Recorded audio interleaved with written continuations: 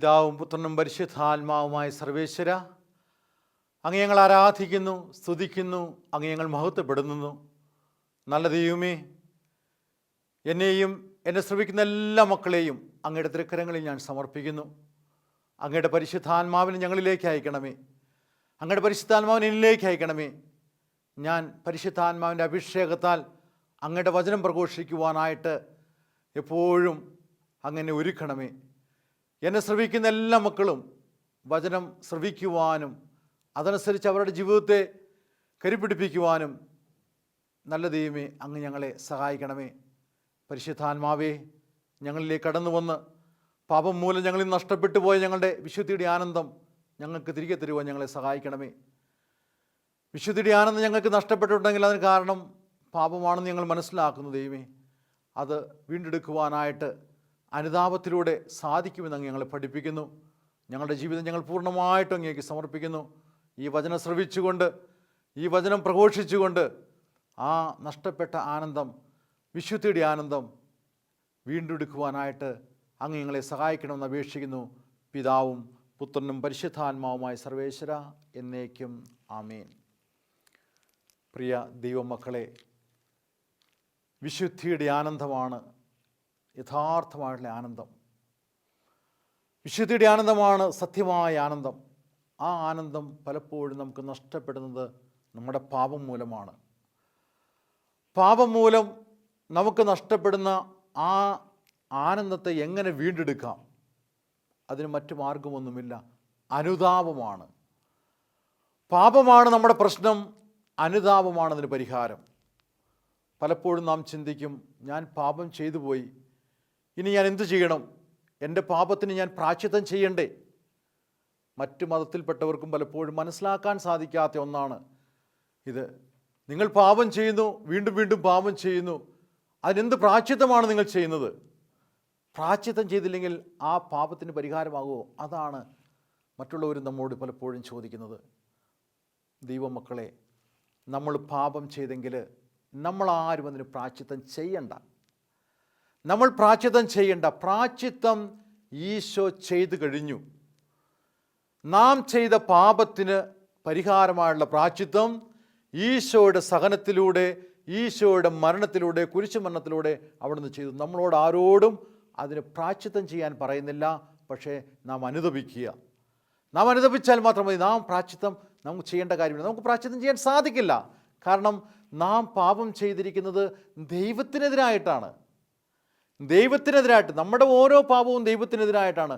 മനുഷ്യരായ നാം ദൈവത്തിനെതിരായിട്ടുള്ള പാപം ചെയ്താൽ അതിന് പ്രായശ്ചിത്തം ചെയ്യാനായിട്ട് മനുഷ്യന് സാധിക്കില്ല. ഒരു പ്രിൻസിപ്പിളുണ്ട്, ലവ് കീപ്സ് ഈക്വാലിറ്റി. സ്നേഹം എന്ന് പറയുന്നത് എപ്പോഴും തുല്യതയാണെന്ന്. തുല്യരായിട്ട് സ്നേഹിക്കാൻ സാധിക്കുകയുള്ളൂ. നമ്മൾ ചിലപ്പോഴൊക്കെ പറയാറുണ്ട്, എനിക്ക് പട്ടിയെ സ്നേഹമാണ്, പൂച്ചയെ സ്നേഹമാണ്. അല്ല, പട്ടിയെയും പൂച്ചയും നമുക്ക് സ്നേഹിക്കാൻ പറ്റില്ല. അത് ഇഷ്ടമാണ്, പട്ടിയെയും പൂച്ചയൊക്കെ ഇഷ്ടമാണെന്ന് നമുക്ക് പറയാം. പക്ഷേ സ്നേഹം തുല്യരായിട്ടുള്ള മാത്രം. ഒരു മനുഷ്യന് മറ്റൊരു മനുഷ്യനായിട്ടാണ് സ്നേഹിക്കാൻ പറ്റുള്ളൂ. അല്ലാതെ വേറെ മൃഗത്തെ ഒന്നും സ്നേഹിക്കാൻ പറ്റില്ല. ഒരു മനുഷ്യൻ, ധനാഢ്യനായൊരു മനുഷ്യൻ പാവപ്പെട്ട ഒരു പെൺകുട്ടിയെ സ്നേഹിച്ചാൽ ഒന്നോലെ ആ പെൺകുട്ടി ധനാഢ്യനാവും, അല്ലെങ്കിൽ ആ മനുഷ്യൻ പാവപ്പെട്ട വ്യക്തിയാവും. Love keeps equality. തുല്യരായിട്ടുള്ളവർക്കേ സ്നേഹിക്കാൻ സാധിക്കുകയുള്ളൂ. അങ്ങനെയാണെങ്കിൽ മനുഷ്യന് ദൈവത്തെ സ്നേഹിക്കാൻ സാധിക്കുമോ? ദൈവത്തിന് മനുഷ്യനെ സ്നേഹിക്കാൻ സാധിക്കുമോ? സാധിക്കില്ല. അതുകൊണ്ടാണ് ദൈവം മനുഷ്യനായത്. ദൈവത്തിന് മനുഷ്യനെ സ്നേഹിക്കണമെങ്കിൽ ഒന്നുമല്ല ദൈവം മനുഷ്യനാകണം, അല്ലെങ്കിൽ മനുഷ്യൻ ദൈവമാണ്. മനുഷ്യൻ ഒരിക്കലും ദൈവമാകാൻ സാധിക്കില്ല. അതുകൊണ്ട് ദൈവം തന്നെ മനുഷ്യനായി മനുഷ്യൻ്റെ പാപങ്ങൾ ഏറ്റെടുത്ത് ആ പാപത്തിന് അവൻ പരിഹാരം ചെയ്തു, പ്രായശ്ചിത്തം ചെയ്തു. അല്ലാതെ മനുഷ്യൻ്റെ പാപങ്ങൾക്ക് അവന് പ്രായശ്ചിത്തം ചെയ്യാൻ സാധിക്കില്ല. കാരണം അവൻ്റെ പാപം അവൻ ദൈവത്തിനെതിരായിട്ടാണ് ചെയ്യുന്നത്. അപ്പോൾ അതുകൊണ്ട് സകല മനുഷ്യരും ചെയ്ത പാപങ്ങൾക്ക് ഈശോ പ്രായശ്ചിത്തം ചെയ്തു കഴിഞ്ഞു. സകല മനുഷ്യരും. ഈശോ വന്നിരിക്കുന്നത് ക്രിസ്ത്യാനികൾക്ക് എതിർക്കാൻ വേണ്ടിയിട്ട് മാത്രമല്ല, സകല മനുഷ്യർക്കും വേണ്ടിയിട്ടാണ്. ലൂക്കായുടെ സുവിശേഷത്തിൽ വളരെ വ്യക്തമായിട്ട് നാം വായിക്കുന്നുണ്ട്. വളരെ വ്യക്തമായിട്ട് ലൂക്കാ സുവിശേഷം 2-ാം അധ്യായത്തിൻ്റെ 10-ാം വാക്യത്തിൽ വായിക്കുന്നു, മാലാഖമാർ അട്ടിടയന്മാർക്ക് പ്രത്യക്ഷപ്പെട്ടിട്ട് പറയുന്നു, സകല ജനതകൾക്കും വേണ്ടിയുള്ള സന്തോഷത്തിൻ്റെ സൽവാർത്ത ഞാൻ നിങ്ങളെ അറിയിക്കുന്നു. സകല ജനതയ്ക്കും വേണ്ടിയിട്ടുള്ളതെന്നാണ്. അതുപോലെ തന്നെ വീണ്ടും ലൂക്ക 2:30 പറയുന്നുണ്ട്, ശിമിയോൻ ഈശോയെ കയ്യിലെടുത്തുകൊണ്ട് പറയുകയാണ്, പിതാവേ ദൈവമേ, ഞാൻ അങ്ങയോട് നന്ദി പറയുന്നു, ഈ ദാസനെ നീ സമാധാനത്തോടെ വിട്ടയക്കുക, കാരണം സകല മനുഷ്യർക്കും വേണ്ടിയിട്ടുള്ള അങ്ങ് അയച്ചിരിക്കുന്ന ആ രക്ഷ ഞാൻ എൻ്റെ കണ്ണുകൾ കൊണ്ട് കണ്ടു കഴിഞ്ഞു. സകല മനുഷ്യർക്കും, ഈ ഭൂമിയിൽ ഇന്ന് വരെ ജനിച്ചിരിക്കുന്ന എല്ലാ മനുഷ്യർക്കും, ഇനി ജനിക്കാനിരിക്കുന്ന എല്ലാ മനുഷ്യർക്കും വേണ്ടിയിട്ടാണ് ദൈവപുത്രൻ ഈശോ മനുഷ്യനായിട്ട് അവതരിച്ചത്. അതുപോലെ തന്നെ ഇന്ന് വരെ ഈ ഭൂമിയിൽ ജനിച്ച എല്ലാ മനുഷ്യരും ചെയ്ത പാപങ്ങൾക്ക് ഈശോ പ്രായശ്ചിത്തം ചെയ്തു. ഇനി ചെയ്യാനിരിക്കുന്ന പാപത്തിനും ഈശോ പ്രായശ്ചിത്തം ചെയ്തു. അപ്പോൾ സ്വാഭാവികമായിട്ടും ഒരു സംശയം ഉണ്ടാകും, ഒരു ചോദ്യമുണ്ടാകും. അങ്ങനെയാണെങ്കിൽ പിന്നെ നമുക്ക് ഇഷ്ടമുള്ള പോലെ ജീവിക്കാൻ പാടില്ലേ? പാപം ചെയ്ത് ജീവിക്കാൻ പാടില്ലേ? പാപത്തിൻ്റെ ജീവികളിൽ ജീവിക്കാം. ഏതായാലും നമ്മൾ ചെയ്ത പാപത്തിനും ചെയ്യാനിരിക്കുന്ന പാപത്തിനും ഈശോ പരിഹാരം ചെയ്തതാണെങ്കിൽ നമുക്ക് ഇഷ്ടമുള്ള പോലെ ജീവിക്കാൻ പാടില്ലേ? പാടില്ല. നോ. ഈശോ നമുക്ക് ഈശോയുടെ സഹനവും മരണവും വഴി നേടിത്തന്ന ആ രക്ഷ, നമുക്ക് രക്ഷ നേടിത്തരിക്കുന്നു. ആ രക്ഷയെ ഒബ്ജക്റ്റീവ് റിഡംഷൻ എന്ന് പറയും. ഒബ്ജക്റ്റീവ് റിഡംഷൻ, അതായത് വസ്തുനിഷ്ഠമായിട്ടുള്ള, എല്ലാവർക്കും വസ്തുനിഷ്ഠമായിട്ടുള്ള രക്ഷ. Objectively all are redeemed. എല്ലാ മനുഷ്യരും വസ്തുനിഷ്ഠമായിട്ട് പറയുകയാണെങ്കിൽ സകല മനുഷ്യരും രക്ഷപ്പെട്ടിരിക്കുന്നു. ഇനി ആ രക്ഷ എൻ്റെ വിശുദ്ധ ജീവിതത്തിലൂടെ ഞാൻ സ്വന്തമാക്കണം. അതിനാണ് സബ്ജക്റ്റീവ് റിഡംഷൻ, അതായത് ആത്മനിഷ്ഠമായിട്ടുള്ള രക്ഷ എന്ന് പറയും. ഞാൻ എൻ്റെ വിശുദ്ധ ജീവിതത്തിലൂടെ ഈ രക്ഷ സ്വന്തമാക്കിയില്ലെങ്കിൽ ഈശോയുടെ സഹനത്തിനും മരണത്തിനും എൻ്റെ ജീവിതത്തിൽ യാതൊരു അർത്ഥവുമില്ല. ഞാനത് സ്വന്തമാക്കണം. നമ്മൾ ചിന്തിക്കുക, നമ്മുടെ ഡൈനിങ് ഹാളിൽ നിറയെ ഇഷ്ടം പോലെ ഭക്ഷണം ഇരിപ്പുണ്ട്, നല്ല ഭക്ഷണം ഇരിപ്പുണ്ട്. ഭക്ഷണം അവിടെ ഇരുന്നുകൊണ്ട് എൻ്റെ വിശപ്പ് മാറുമോ? വിശപ്പ് മാറില്ല. ഞാൻ അവിടെ പോയി എടുത്ത് എൻ്റെ സ്വന്തമാക്കിയാലേ എൻ്റെ വിശപ്പ് മാറുകയുള്ളൂ. അതുപോലെ ഈശോ സകല മനുഷ്യർക്കും വേണ്ടിയിട്ട് സഹിച്ചു മരിച്ചു, രക്ഷ നേടിത്തന്നു. ഒബ്ജക്റ്റീവ് റിഡംഷൻ, വസ്തുനിഷ്ഠപരമായിട്ടുള്ള ആ രക്ഷ. അത് സബ്ജക്റ്റീവ്ലി ഞാനത് എൻ്റെ സ്വന്തമാക്കണം, എന്നാലേ എൻ്റെ ജീവിതത്തിൽ അതിന് അർത്ഥമുള്ളൂ. ഈശോ ഗെത്സേമനിൽ വെച്ച് രക്തം വിയർത്തു. വേദപണ്ഡിതന്മാർ അതിന് പല വ്യാഖ്യാനങ്ങളും പറയുന്നുണ്ട്. ഒരു പ്രധാനപ്പെട്ട വാക്യം, ഈശോ രക്തം വിയർക്കാനുള്ള കാരണം, അത് ഈശോയുടെ ആ ശാരീരികമായുള്ള സഹനമൊന്നുമല്ല. That was nothing for him. ശാരീരിക സഹനമെന്ന് പറഞ്ഞ ഒന്നുമല്ല. പക്ഷേ ഈശോയെ സംബന്ധിച്ചിടത്തോളം ഇത്രമാത്രം തൻ്റെ മനുഷ്യാവതാരം, തൻ്റെ വചനപ്രഘോഷണം, അതിനുശേഷം ഈ സഹനം, മരണം, ഇതെല്ലാം നടത്തിയെങ്കിലും മില്യൺസ് ലക്ഷോപലക്ഷ ജനങ്ങൾ അത് സ്വന്തമാക്കില്ല എന്ന് അവിടത്തേക്ക് അറിയാമായിരുന്നു. അവരെ സംബന്ധിച്ചിടത്തോളം ഈശോയുടെ സഹനത്തിനോ മരണത്തിനോ അർത്ഥമില്ലാതെ പോകുന്നു. അതുകൊണ്ടാണ്, ആ വേദനയാണ് അവിടുത്തെ രക്തം വിയർക്കാൻ പോലും കാരണമാക്കിയതാണ് വേദപണ്ഡിതന്മാർ പറയുന്നത്. കാരണം ഈ ആത്മാക്കൾ നഷ്ടപ്പെട്ടു പോവുകയാണ്. അവിടുത്തെ ആത്മാക്കൾ നഷ്ടപ്പെട്ടു പോവുകയാണ്. അവിടുന്ന് നേടിയ അവിടുത്തെ രക്തത്തിൻ്റെ വിലയായിട്ടുള്ള ആത്മാക്കൾ നഷ്ടപ്പെട്ടു പോകുന്നു. ആ വേദനയാണ് രക്തം വിയർക്കാൻ പോലും കാരണമായത്. പ്രിയ ദൈവമക്കളെ, അതുകൊണ്ട് ഒരു കാര്യം നാം അടിയുറച്ച് വിശ്വസിക്കുക, ബോധ്യപ്പെടുക. നാം പാപം ചെയ്തിട്ടുണ്ടെങ്കിൽ അതിന് നാം പരിഹാരമായിട്ട് ഒന്നും ചെയ്യണ്ട, അനുതപിച്ചാൽ മാത്രം മതി. നാം പ്രായശ്ചിത്തം ചെയ്യണ്ട. പ്രായശ്ചിത്തം ചെയ്യാൻ നമുക്ക് സാധിക്കില്ല. ഈശോ അതെല്ലാം ചെയ്തു കഴിഞ്ഞു. നമ്മുടെ പാപത്തിനെല്ലാം ഈശോ പരിഹാരം ചെയ്തു കഴിഞ്ഞു. നാം ചെയ്യേണ്ടത് അനുതപിക്കുക. ഈശോ ഒരിക്കലും പ്രായശ്ചിത്തം ചെയ്യാൻ പറയുന്നില്ല. ഈശോ പറയുന്നത് അനുതപിക്കാനാണ്. അനുതപിക്കുക. നമുക്കറിയാം, ആദ്യം എഴുതപ്പെട്ട സുവിശേഷം മർക്കോസിൻ്റെ സുവിശേഷമാണ്. മർക്കോസിൻ്റെ സുവിശേഷത്തിൽ ഈശോയുടെ പ്രേക്ഷിത വേല ആരംഭിക്കുന്നത് തന്നെ അനുതപിക്കാൻ ആവശ്യപ്പെട്ടതുകൊണ്ടാണ്. അനുതപിക്കുവാനായിട്ട് മർക്കോസിൻ്റെ സുവിശേഷം 1-ാം അധ്യായത്തിൻ്റെ 15-ാം വാക്യത്തിൽ അവിടുന്ന് ഇങ്ങനെ പ്രഘോഷിക്കുകയാണ്, ദൈവരാജ്യം സമീപിച്ചിരിക്കുന്നു, അനുതപിച്ച് സുവിശേഷത്തിൽ വിശ്വസിക്കുവിൻ. ദൈവരാജ്യം സമീപിച്ചിരിക്കുന്നു, അനുതപിക്കാനാണ്. അനുതപിച്ച് സുവിശേഷത്തിൽ വിശ്വസിക്കുന്നു. എന്താണ് ഈ ദൈവരാജ്യം? എന്താണ് ദൈവരാജ്യമെന്ന് റോമാക്കാർക്കെതിരെ പൗലോസ്ലീഹ പറയുന്നു. റോമ 14:17 വളരെ വ്യക്തമായിട്ട് പറയുന്നു. ദൈവരാജ്യം എന്ന് പറയുന്നത് ഭക്ഷണമോ പാനീയമോ ഒന്നുമല്ല. പ്രത്യുത നീതിയും സമാധാനവും പരിശുദ്ധാത്മാവിനുള്ള സന്തോഷവുമാണ് ദൈവരാജ്യം എന്ന് പറയുന്നത്.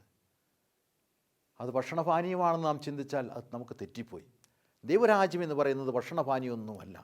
അത് നീതിയാണ്, അത് സമാധാനമാണ്, അത് പരിശുദ്ധാത്മാവിലുള്ള സന്തോഷമാണ്, ആനന്ദമാണ്. എന്താ ഈ നീതി എന്ന് പറയുന്നത്? നീതി എന്ന് പറഞ്ഞാൽ ജസ്റ്റിസ് എന്ന് പറഞ്ഞാൽ give what is due to him. സാധാരണ ഭാഷയിൽ ഓരോരുത്തരും അർഹിക്കുന്നത് കൊടുക്കുക. ഒരു കുടുംബത്തിൽ ജീവിത പങ്കാളി അർഹിക്കുന്ന സ്നേഹം കൊടുക്കുക, മക്കൾ അർഹിക്കുന്ന സ്നേഹവും പരിഗണനയും കൊടുക്കുക, മാതാപിതാക്കൾ അർഹിക്കുന്നത് അവർ കൊടുക്കുക, സമൂഹത്തിൽ നമ്മുടെ അയൽക്കാർ അർഹിക്കുന്നത് കൊടുക്കുക, ദൈവം അർഹിക്കുന്നത് കൊടുക്കുക. അങ്ങനെ ഓരോരുത്തരും അർഹിക്കുന്നത് കൊടുക്കുന്നതിനാണ് നീതി എന്ന് പറയുന്നത് സാധാരണ ഭാഷയിൽ. എന്നാൽ ക്രിസ്തീയ നീതി എന്ന് പറയുന്നത് അത് വ്യത്യാസമുണ്ട്. ക്രിസ്തീയ നീതി എന്ന് പറയുന്നത് അർഹിക്കുന്നത് കൊടുക്കുന്നതല്ല. ക്രിസ്തീയ നീതി എന്ന് പറയുന്നത് അർഹിക്കാത്തത് കൊടുക്കുകയാണ്. ഈശോ നമ്മുടെ പാപങ്ങൾക്ക് വേണ്ടിയിട്ട് മരിച്ചു. നമ്മൾ അർഹിക്കുന്നതാണോ? അർഹിക്കുന്നതല്ല. അത്രമാത്രം പാപം ചെയ്തു, എന്നാലും അവിടുന്ന് മരിച്ചു. അതാണ് അർഹിക്കാത്ത ആ സ്നേഹം, ആ കാരുണ്യം. നാം കൊടുക്കേണ്ടത് അതാണ്. അർഹിക്കാത്ത ഒരുപക്ഷെ നമ്മുടെ അയൽവക്കാർ അവർ സ്നേഹം പരിഗണന അർഹിക്കുന്നില്ലായിരിക്കും, എങ്കിലും നമ്മൾ കൊടുക്കുന്നു. നമ്മളോട് തെറ്റ് ചെയ്ത മനുഷ്യർ അവർ സ്നേഹം അർഹിക്കുന്നില്ലായിരിക്കും, അല്ലെങ്കിൽ ക്ഷമ അർഹിക്കുന്നില്ലായിരിക്കും, എങ്കിലും നാം സ്നേഹിക്കുന്നു, കൊടുക്കും. അതാണ് ഈശോ നമ്മളെ കാണിച്ചു തരുന്നത്. ഈശോയുടെ കുരിശുമരണത്തിലൂടെ അവിടുന്ന് ആ കുരിശിൽ കിടന്നപ്പോഴും അവിടുന്ന് പ്രാർത്ഥിച്ചതാണ്, പിതാവേ ഇവർ ചെയ്യുന്നത് എന്തെന്ന് ഇവരറിയുന്നില്ല, ഇവരോട് ക്ഷമിക്കണമേ. അർഹിക്കാത്തതാണ്. തന്നെ ഉപദ്രവിച്ചവർക്ക് വേണ്ടിയിട്ട് അവിടെ കിടന്നുകൊണ്ട് പ്രാർത്ഥിക്കുകയാണ്. അവരാരെങ്കിലും അർഹിക്കുന്നതാണോ? അല്ല. അർഹിക്കാത്തത് കൊടുക്കുക. അതാണ് ക്രിസ്തീയ നീതി എന്ന് പറയുന്നത്.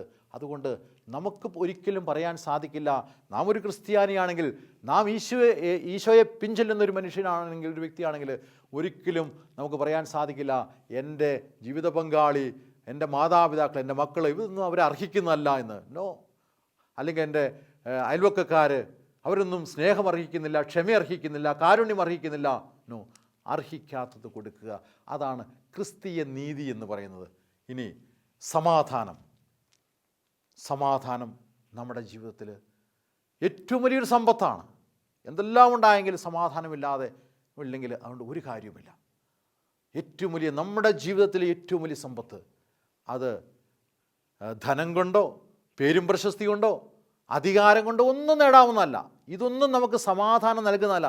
ഇതൊന്നുമില്ലെങ്കിലും, ഇതുണ്ടെങ്കിലും നമുക്ക് സമാധാനത്തിൽ ജീവിക്കാം, ഇത് ഇല്ലെങ്കിൽ നമുക്ക് സമാധാനത്തിൽ ജീവിക്കാം. ഇതൊന്നും ഇല്ലാതെ തന്നെ നമുക്ക് സമാധാനത്തിൽ ജീവിക്കാൻ സാധിക്കും. അതുകൊണ്ട് നമ്മുടെ ധനം കൂടിക്കഴിയുമ്പോൾ നമുക്ക് സമാധാനം കിട്ടുമെന്ന് ചിന്തിച്ചാൽ തെറ്റ്. സ്ഥാനമാനങ്ങളിൽ നമ്മൾ ഉയർന്നു പോകുമ്പോൾ നമുക്ക് സമാധാനം കിട്ടുമെന്ന് വിചാരിച്ചാൽ തെറ്റ്.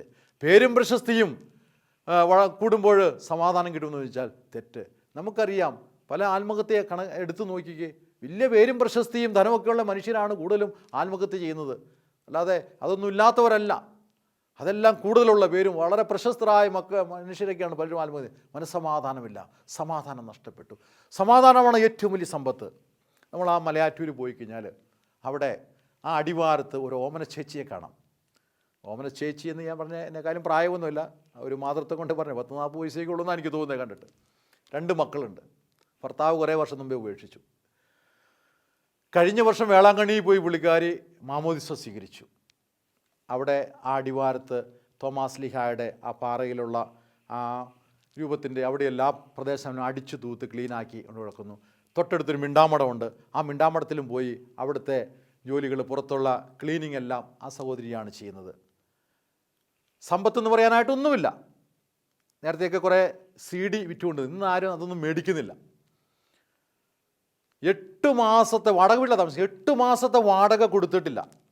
എവിടെ നിന്നെങ്കിലും എന്തെങ്കിലും കിട്ടിയാൽ 2 മക്കളുണ്ട്, ആ കുഞ്ഞുങ്ങൾക്ക് ഭക്ഷണം മേടിച്ച് കൊടുക്കും. പക്ഷേ എന്തൊരു സമാധാനം, എന്തൊരു സന്തോഷം. എത്രയോ പേർക്ക് വേണ്ടി പ്രാർത്ഥിക്കുന്നു. നമ്മുടെ പല മെത്രാന്മാർ പോലും ഫോണിൽ വിളിച്ച് ആ സഹോദരിയോട് പ്രാർത്ഥിക്കാൻ ആവശ്യപ്പെടുന്നുണ്ട്. ഞാൻ ആ സഹോദരിയോട് പറഞ്ഞു, എനിക്ക് വേണ്ടി ഒന്ന് പ്രാർത്ഥിക്കാൻ പറഞ്ഞു. അക്ഷരാർത്ഥത്തിൽ ഞാൻ സ്തംഭിച്ചു. ഈ പ്രാർത്ഥിക്കാൻ പറഞ്ഞ നിമിഷത്തിൽ കൈകൾ ഉയർത്തിയിട്ട്, പിതാവേ അങ്ങയുടെ ഈ അഭിഷിക്തനെ അങ്ങ് സ്വന്തമാക്കണമേ എന്ന് പറഞ്ഞുകൊണ്ട് അങ്ങോട്ട് ഹൃദയം പറിച്ചുള്ളൊരു പ്രാർത്ഥനയാണ്. അതുപോലൊരു പ്രാർത്ഥന. ഞാൻ കണ്ടിട്ടില്ല. വേറെ ആരും അത്രമാത്രം ആഴമായിട്ട് ആ ഹൃദയത്തിൽ നിന്നുള്ളൊരു പ്രാർത്ഥന പോലും കണ്ടിട്ടില്ല. എനിക്ക് ഭയങ്കരമായിട്ടുള്ള പ്രചോദനം നൽകിയൊരു പ്രാർത്ഥനയാണ്. ഒരു വിദ്യാഭ്യാസമില്ലാത്ത കഴിഞ്ഞ വർഷം മാമോദിസ സ്വീകരിച്ച ഓമന ചേച്ചി. എന്നിട്ട് പുള്ളിക്കാരി എന്നോട് പറയുകയായിരുന്നു, അച്ഛാ, വലിയ പോഷ് കാറിലൊക്കെ 10,000 രൂപയുടെ സാരിയൊക്കെ എടുത്തുകൊണ്ട് ഒത്തിരി പേര് ഇവിടെ വരുന്നുണ്ട് പ്രാർത്ഥനയൊക്കെ. ഞാൻ അവർക്ക് വേണ്ടി അവരെന്നോട് പ്രാർത്ഥിക്കാൻ പറയുന്നുണ്ട്, ഞാൻ അവർക്ക് വേണ്ടി പ്രാർത്ഥിക്കാറുണ്ട്. പക്ഷേ അച്ഛനറിയാവോ, അവരുടെ ഉള്ളിൽ തിരിച്ചു പോകുമ്പോൾ ഈ വണ്ടി ഇടിച്ചൊന്ന് മരിച്ചാൽ മതി എന്നാണ്. സമാധാനമില്ല അച്ഛാ, സമാധാനമില്ല. വലിയ പോഷ് കാറിൽ 10,000 രൂപയുടെ വിലപിടിപ്പുള്ള വസ്ത്രങ്ങളൊക്കെ ധരിച്ചുകൊണ്ടാണ് വരുന്നത്. പക്ഷേ സമാധാനമില്ല. പോകുന്ന വഴിക്ക് എങ്ങനെയെങ്കിലും ഒന്ന് മരിച്ചു കിട്ടിയാൽ മതി എന്നൊരു ചിന്ത. ഈ സഹോദരിയെ നോക്കി, ഒന്നുമില്ല. അന്ന് ആരെങ്കിലും കൊടുത്താൽ എന്തെങ്കിലും, ഞാൻ പറഞ്ഞല്ലോ, ഞാൻ കാണുമ്പോൾ 8 മാസത്തെ വാടക പോലും കൊടുത്തിട്ടില്ല. അവിടെ ആരെങ്കിലും കൊടുത്താൽ അതുകൊണ്ട് പിള്ളേർക്ക് ഭക്ഷണം കൊടുക്കും. അതുപോലെ ജീവിക്കുന്നൊരു സഹോദരി. പക്ഷേ എന്തൊരു സമാധാനം, എന്തൊരു സന്തോഷം ആ മുഖത്ത്. ഒരാകുലതയില്ല, ഒരു ഉത്കണ്ഠയില്ല, ഒന്നിനെയും കുറിച്ചും ഉത്കണ്ഠതയില്ല. അതാണ് സമാധാനം. അപ്പോൾ ദൈവരാജ്യം എന്ന് പറയുന്നത് നീതിയാണ്, സമാധാനമാണ്, അതുപോലെ പരിശുദ്ധാത്മാവുള്ള ആനന്ദമാണ്. പരിശുദ്ധാത്മാവുള്ള ആനന്ദം ഞാൻ പറഞ്ഞല്ലോ, അതാണ് ഏറ്റവും വലിയ ആനന്ദം. അതാണ് വിശുദ്ധിയുടെ ആനന്ദം. അത് ലോകസുഖങ്ങൾ നൽകുന്നൊരു സന്തോഷമല്ല, ആനന്ദമല്ല. അത് സമ്പത്ത് നൽകുന്നതല്ല, പേരും പ്രശസ്തി നൽകുന്നതല്ല. പരിശുദ്ധാത്മാവിൻ്റെ ആനന്ദം, അതാണ് ദൈവരാജ്യം എന്ന് പറയുന്നത്. അത് ഈശോ നമുക്ക് പ്രദാനം ചെയ്യുന്നത്. നിങ്ങൾ അനുദപിക്കൂ, ദൈവരാജ്യം സമീപിച്ചിരിക്കുന്നു എന്ന് പറഞ്ഞുകൊണ്ട് ഈശോയുടെ പ്രേക്ഷിത വേല ആരംഭിക്കുന്നത് തന്നെ അങ്ങനെയാണ്. ഇനി രണ്ടാമത്, സ്നാപയോഹന്നാനും തൻ്റെ പ്രേക്ഷിത വേല ആരംഭിക്കുന്നത് അനുദപിക്കുവാനായിട്ട് ആവശ്യപ്പെട്ടുകൊണ്ടാണ്. നമ്മൾ മത്തായിയുടെ സുവിശേഷത്തിൽ 3-ാം അധ്യായത്തിൻ്റെ 1-2 വാക്യത്തിൽ വായിക്കുന്നുണ്ട്. മരുഭൂമിയിൽ സ്നാപയോഹന്നാൻ പ്രത്യക്ഷപ്പെട്ടുകൊണ്ട് അവിടുന്ന് ഇങ്ങനെ വിളിച്ചു പറഞ്ഞു, പ്രഘോഷിച്ചു, ദൈവരാജ്യം സമീപിച്ചിരിക്കുന്നു, അനുദപിക്കുവിൻ, മാനസാന്തരപ്പെടുവിൻ എന്ന്. മാനസാന്തരം, അനുതാപം ആവശ്യപ്പെട്ടുകൊണ്ടാണ് സ്നാപയോഹന്നാൻ്റെ പ്രേക്ഷിത വേല ആരംഭിക്കുന്നത്. ഒത്തിരി ആളുകൾ വന്ന് സ്നാപയോഹന്നാൻ്റെ അടുത്ത് സ്നാനം സ്വീകരിക്കുന്നത് നമ്മൾ കാണുന്നുണ്ട്. അനുതാപത്തിൻ്റെതായുള്ള സ്നാനം. അനുതാപം എന്ന് പറയുന്നത് എന്താണ്? സുഭാഷിതങ്ങൾ നമ്മൾ വായിക്കുന്നു. സുഭാഷിതത്തിൽ വളരെ വ്യക്തമായിട്ട് പറയുകയാണ്, അനുതാപം എന്ന് പറയുന്നത് നമ്മുടെ പാപം ഏറ്റുപറയൽ ഉപേക്ഷിക്കലുമാണ്. പാപം മറച്ചു വയ്ക്കുന്നവന് ഐശ്വര്യമുണ്ടാകില്ല, അത് ഏറ്റുപറയുകയും ഉപേക്ഷിക്കുകയും ചെയ്യുന്നവന് കൃപ ലഭിക്കും. സുഭാഷിതം 28:13. പാപം ഏറ്റുപറയുക, അതുപോലെ അത് ഉപേക്ഷിക്കുക. പ്രിയ ദൈവമക്കളെ, ഓരോ പ്രാവശ്യവും നമ്മൾ കുമ്പസാരിക്കുമ്പോൾ അനുതാപത്തോടെ കുമ്പസാരിക്കണം. അനുതാപം ഇല്ലാതെ കുമ്പസാരിച്ചാൽ ആ കുമ്പസാരം നല്ല കുമ്പസാരമല്ല. അനുതാപത്തോടു കൂടി കുമ്പസാരിക്കുക. കുമ്പസാരിക്കുമ്പോൾ നാം ചെയ്യേണ്ടത്, ഈ പാപം, നമ്മുടെ പാപങ്ങൾ ഇനി ചെയ്യില്ല എന്ന് ഈശോയോട് വാഗ്ദാനം ചെയ്യുക. ഒരു പക്ഷേ നമ്മുടെ ബലഹീനത കൊണ്ട് നമ്മൾ വീണ് പോയേക്കാം. പക്ഷേ നമ്മൾ കുമ്പസാരിക്കുമ്പോൾ നമ്മൾ ഈശോയോട് ഏറ്റുപറയുക, കർത്താവ്, ഇനി ഞാൻ ഈ പാപം ചെയ്യില്ല എന്ന് പ്രതിജ്ഞ ചെയ്യുക. അപ്പോഴാണ് ആ ഒരു കുമ്പസാരം നല്ല കുമ്പസാരമാകുന്നത്. പാപങ്ങൾ ഏറ്റുപറയുകയും അത് ഉപേക്ഷിക്കുകയും ചെയ്യുമ്പോഴാണ്. ഈശോയെ നമ്മളോട് ആവശ്യപ്പെടുന്നത് ഉപേക്ഷിക്കാനാണ്. യോഹന്നാന്റെ സുവിശേഷം നമ്മൾ കാണുന്നുണ്ട്, ആ വ്യഭിചാരത്തിൽ പിടിക്കപ്പെട്ട സ്ത്രീയെ ഈശോയുടെ അടുത്ത് കൊണ്ടുവന്നിട്ട് അവർ പറയുകയാണ്, ഗുരു, മോശയുടെ നിയമം അനുസരിച്ച് ഇങ്ങനെയുള്ളവരെ കല്ലെറിഞ്ഞ് കൊല്ലുവാനായിട്ടാണ് നിയമം പറയുന്നത്. അതുകൊണ്ട് ഞങ്ങൾ എന്തു ചെയ്യണം? ഈശോ എന്താ പറഞ്ഞേ? നിങ്ങളിൽ പാപമില്ലാത്തവരാരാണെന്ന് വെച്ചാൽ അവർ കല്ലെറിയട്ടെ, പാപമില്ലാത്തവർ കല്ലെറിയട്ടെ എന്നാണ് ഈശോ പറഞ്ഞത്. അപ്പോൾ മുതിർന്നവർ മുതൽ ഓരോരുത്തരായിട്ട് സ്ഥലം വിട്ടു. അവസാനം സ്ത്രീയും ഈശോയും മാത്രമുള്ളപ്പോൾ ഈശോ പറഞ്ഞു, അവരാരും നിന്നെ വിധിച്ചില്ലേ? അവരാരും നിന്നെ കല്ലെറിഞ്ഞില്ലേ? ഇല്ല ഗുരു, ഞാനും നിന്നെ വിധിക്കുന്നില്ല. മേലിൽ പാപം ചെയ്യരുത്, പൊയ്ക്കൊള്ളുക, മേലിൽ പാപം ചെയ്യരുത്. അതാണ് അനുതാപം എന്ന് പറയുന്നത്. ഈശോ പറയുന്നത്, നീ ഇനി പാപം ചെയ്യരുത്, നമ്മളോട് പറയുന്നത്. അതുകൊണ്ട് ഓരോ കുമ്പസാരത്തിനും നമ്മൾ ഈശോയോട് പറയുന്നത്, ഈശോയെ, ഞാൻ ഇനി പാപം ചെയ്യില്ല, പാപം ഏറ്റുപറയുന്നു.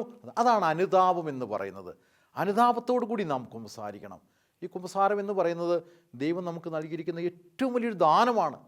ഈ പാപത്തിൽ നിന്ന് നമ്മളെ ഒന്ന് മോചിപ്പിക്കുവാനായിട്ട്, രക്ഷ നൽകുവാനായിട്ട് ദൈവം കണ്ടുപിടിച്ചൊരു മാർഗമാണ്.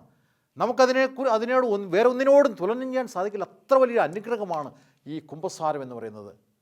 ആ കുമ്പസാരം നല്ല രീതിയിലൊരു കുമ്പസാരം നടത്തിയാൽ നമ്മുടെ ശരീരത്തിൽ പോലും നമുക്കതിൻ്റെ ഒരു ലഘുത്വം അനുഭവപ്പെടാൻ സാധിക്കും. എന്തോ ഭാരം ഇറങ്ങുന്നത് പോലെ ശരീരത്തിൽ പോലും അനുഭവപ്പെടാൻ നമുക്ക് സാധിക്കും. നമ്മുടെ ആ ഹൃദയത്തിൽ മാത്രമല്ല, ശരീരത്തിൽ പോലും.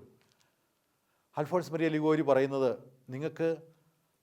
നിങ്ങൾ കുമ്പസാരിക്കുമ്പോൾ നിങ്ങൾ വിചാരിക്കുക ഈശോ ഒരു കസേരയിലിരിക്കുന്നു, അതുപോലെ തന്നെ ഒരു വൈദികനൊരു കസേരയിലിരിക്കുന്നു. നിങ്ങൾക്ക് ഇഷ്ടമുള്ള അടുത്ത് പോയി കുമ്പസാരിക്കാം, ആരുടെ അടുത്ത് വേണമെങ്കിലും കുമ്പസാരിക്കാം. രണ്ടുപേരും നൽകുന്ന ആ പാപമോചനം ഒന്നു തന്നെയാണ്.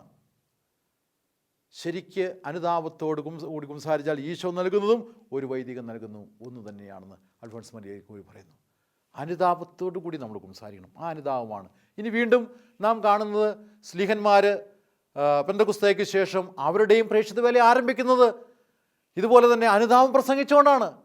2-ാം അധ്യായത്തിൽ 37-38 വാക്യത്തിൽ നമ്മൾ കാണുന്നുണ്ട്. അവർ പറയുന്നു, സഹോദരന്മാരെ, ഞങ്ങൾ എന്താണ് ചെയ്യേണ്ടത്? പത്രോസ് പറഞ്ഞു, നിങ്ങളുടെ പാപങ്ങളെക്കുറിച്ച് അനുതപിക്കുക, ജ്ഞാനസ്നാനം സ്വീകരിക്കുക, നിങ്ങൾക്ക് പരിശുദ്ധാത്മാവിൻ്റെ കൃപ ലഭിക്കും. ഈശോ തൻ്റെ സുവിശേഷ വേല ആരംഭിക്കുന്നത് അനുതാപം പ്രസംഗിച്ചുകൊണ്ട്, സ്നാപയോഹന്നാൻ ആരംഭിക്കുന്നത് അനുതാപം പ്രസംഗിച്ചുകൊണ്ട്, സ്ലീഹന്മാരും പരിശുദ്ധാത്മാവിനെ സ്വീകരിച്ചതിന് ശേഷം തൻ്റെ ആ ശുശ്രൂഷ വേല ആരംഭിക്കുന്നത് അനുതാപം പ്രസംഗിച്ചുകൊണ്ടാണ്. നിങ്ങൾ അനുതപിക്കുവിൻ, നിങ്ങൾ ഈശോയിൽ വിശ്വസിച്ച് ജ്ഞാനസ്നാനം സ്വീകരിക്കുവിൻ, പരിശുദ്ധാത്മാവിൻ്റെ കൃപ നിങ്ങൾക്ക് ലഭിക്കും. സഹോദരന്മാരെ, ഞങ്ങൾ എന്താണ് ചെയ്യേണ്ടത്? എപ്പോഴും ഇത് നമ്മുടെ ഹൃദയത്തിൽ പ്രകമ്പനം കൊള്ളണം. ഈശോയെ, ഞാൻ എന്താണ് ചെയ്യേണ്ടത്? ഞാൻ പാപം ചെയ്തു പോയി, ഞാൻ എന്താണ് ചെയ്യേണ്ടത്? അനുതപിക്കുക. അനുതാപം മാത്രമുള്ളൂ. അതാണ് ഈശോ പഠിപ്പിക്കുന്നത്. അതാണ് സ്ലീഹന്മാർ. അനുതപിച്ച് ഈശോയിൽ വിശ്വസിച്ച് ജ്ഞാനസ്നാനം സ്വീകരിക്കുക. അപ്പോൾ പരിശുദ്ധാത്മാവിൻ്റെ കൃപാവരം നമ്മളിലേക്കുണ്ടാകും. അനുതപിക്കുക. അതാണ് സ്ലീഹന്മാരോട് പറഞ്ഞ്, പ്രിയപ്പെട്ട ദൈവമക്കളെ, ഈ പാപത്തിൻ്റെ ഭാരവുമായിട്ട് മുന്നോട്ട് നടക്കുന്ന നമുക്ക് എന്തുകൊണ്ട് അനുതപിച്ച് അതെല്ലാം ഒന്ന് ഇറക്കി വെച്ചുകൂടാ? ഈ കുമ്പസാരത്തിൻ്റെ ശക്തി എന്താണെന്ന് നമുക്കറിയാവോ? ചിന്തിച്ചിട്ടുണ്ടോ? വീണ്ടും ഞാൻ പറയുന്നു അൽഫോൺസ് മരിയ ലിഗോരിയുടെ വാക്ക്. അദ്ദേഹം പറയുന്നു, ഈ പ്രപഞ്ചം സൃഷ്ടിക്കുന്നതിനേക്കാൾ വലിയ ഒരു കാര്യമാണ് ഒരു കുമ്പസാരത്തിലൂടെ ദൈവം ചെയ്യുന്നത്. കാരണം എന്താണ്? കുമ്പസാരം എന്ന് പറയുന്നത് നടത്തണമെങ്കിൽ എൻ്റെ സ്വാതന്ത്ര്യമാണ്. എൻ്റെ പാപം ഞാൻ ഏറ്റുപറയണമെങ്കിൽ ഞാൻ സ്വതന്ത്രനായിട്ട് ചെന്ന് ഈശോയോട് ഏറ്റുപറയണം. പക്ഷേ അത് മനുഷ്യൻ്റെ സ്വാതന്ത്ര്യമാണ്. ദൈവത്തിനൊരു പ്രപഞ്ചം സൃഷ്ടിക്കാനായിട്ട് ആരുടെ അനുവാദം വേണ്ട.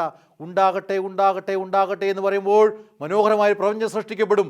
പക്ഷേ മനുഷ്യൻ്റെ പാപം ക്ഷമിക്കണമെങ്കിൽ അവൻ തയ്യാറായിട്ട് അവൻ്റെ സ്വാതന്ത്ര്യത്തോടു കൂടി അവൻ പാപം ഏറ്റുപറഞ്ഞാൽ മാത്രമേ സാധിക്കുകയുള്ളൂ.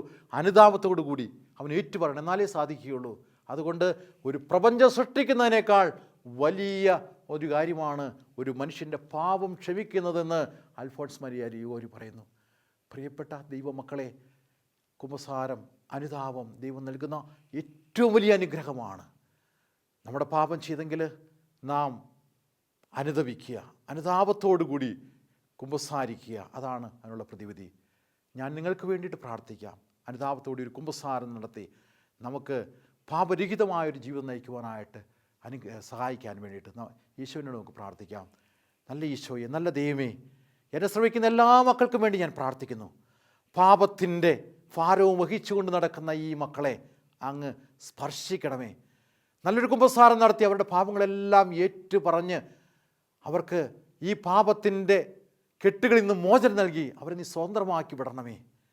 അവരെന്തിനാണ് ഈ പാപം വഹിച്ചുകൊണ്ട്, ഈ ഭാരം വഹിച്ചുകൊണ്ട് മുന്നോട്ട് പോകുന്നത്? കർത്താവേ, അവരെ സ്വതന്ത്രമാക്കണമേ. ഈ മക്കളെല്ലാവരും അവരുടെ സ്വാതന്ത്ര്യം ഉപയോഗിച്ചുകൊണ്ട് അവർ ആ പാപം ഏറ്റുപറയുവാനും അങ്ങനെ നല്ല സ്വതന്ത്രമായ ഒരു വിശുദ്ധിയുടെ ജീവിതം നയിക്കുവാനും അവരെ സഹായിക്കണമേ. അങ്ങനെ ആ വിശുദ്ധിയുടെ ആനന്ദം, നഷ്ടപ്പെട്ട ആനന്ദം ഈ മക്കൾക്കെല്ലാം തിരിച്ച് നൽകണമേ. സർവശക്തനായ ദൈവം, പിതാവും പുത്രനും പരിശുദ്ധാത്മാവും നിങ്ങളെല്ലാവരെയും അനുഗ്രഹിക്കട്ടെ. ആമേൻ.